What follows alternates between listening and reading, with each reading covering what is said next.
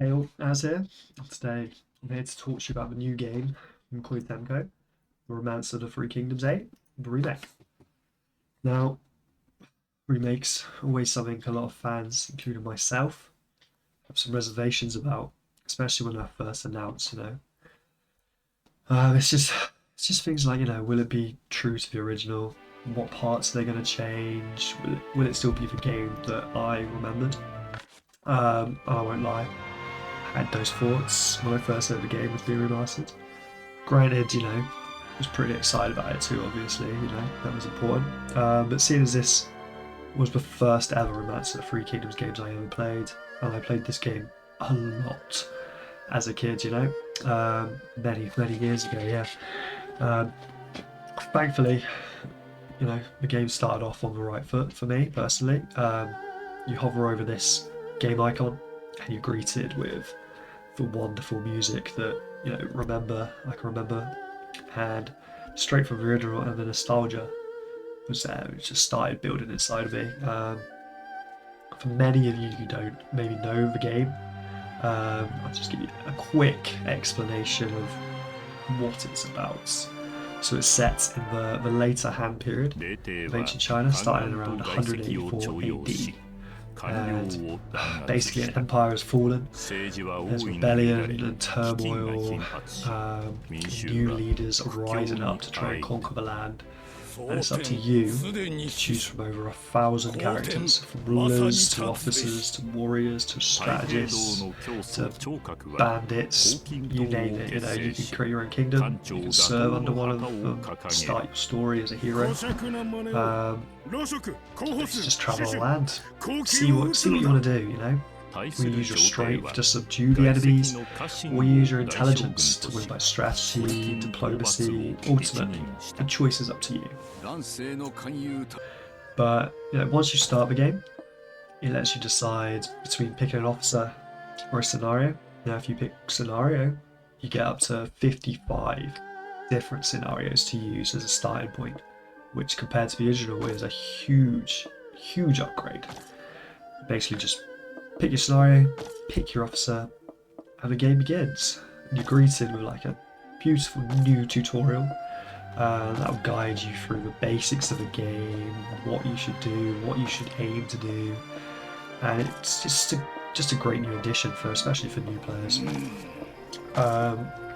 It's made quite a lot of changes, but one very key, I think, aspect that has been changed in my opinion, which works so well, is the new Destiny mechanic. It's all about forging relationships, be it good, bad.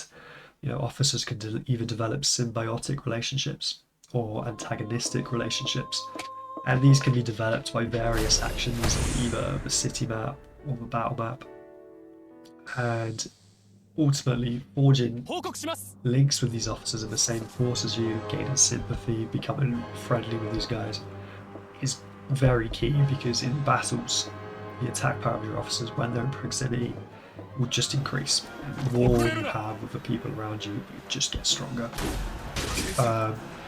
Battles themselves are still run in a turn-based system, but they've been improved massively visually. There's many new tactics, strategies that have been introduced to these officers, and it just helps you to look for that extra edge in battle. They've added new buildings, so there's towers, gates, single towers as well. And these have been added. It kind of seems like they've been added to help balance ridiculously powered officers, like Yubu, maybe something like that. Just gives you a bit more of an edge, especially when defending against officers of that kind of variety. They've added elves as well, which is kind of similar to what they've been doing with recent Romance of the Three Kingdoms games. It basically gives you a set of objectives or targets that you have to get to.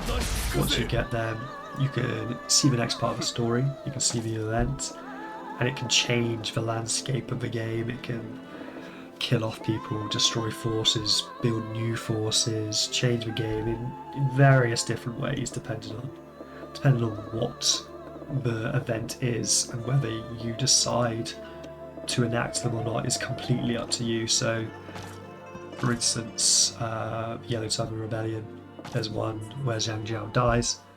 If you pick that, obviously the Yellow Turbans are destroyed.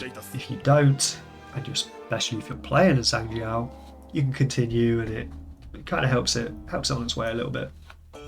Overall, I'm super happy with the remastered Three Kingdoms Remake. It's been upgraded and updated with what it needed to, but it still keeps that charm and the nostalgia from the original. Yes, it is a slow-paced game, so there are going to be gamers out there who will find it difficult to get into, difficult to play, because you have to put the effort in for it. But it's one of those games where if you put it into it, it's very high reward and very high satisfaction when you finally conquer that force that has been annoying you for so long, or you finally win a big duel against one of the top guys with higher strength. It's great. Only thing that I'm slightly sad about is that they didn't implement multiplayer. That was a huge part for me as my childhood, playing with my friends. We played it countless hours. Sadly it's not available, but regardless of that, it's not going to stop me from sinking countless hours into this game. So yeah, I think it's amazing, and I'm off to play it now actually, so ciao.